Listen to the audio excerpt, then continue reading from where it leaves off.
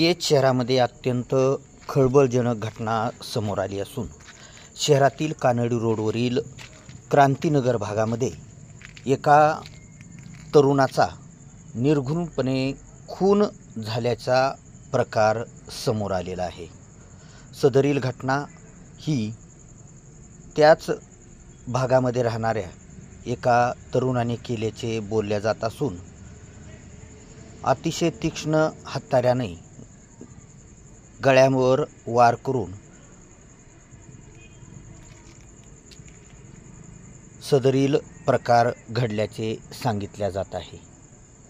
गोरख महावीर हजारे असे मृत तरुणाचे नाव असून नातेवाईक अतिशय संतप्त झालेले आहेत आणि मोठ्या प्रमाणावर केज पोलीस स्टेशनला गुन्हा दाखल करण्यासाठी येऊन बसलेले आहेत। यासंबंधी केज पोलीस पुढील तपास करत असून सदरील घटना नेमकी कोणत्या कारणातून घडली आणि यामध्ये गोरख हजारे याला मारणारा कोण हे लवकरच स्पष्ट होईल।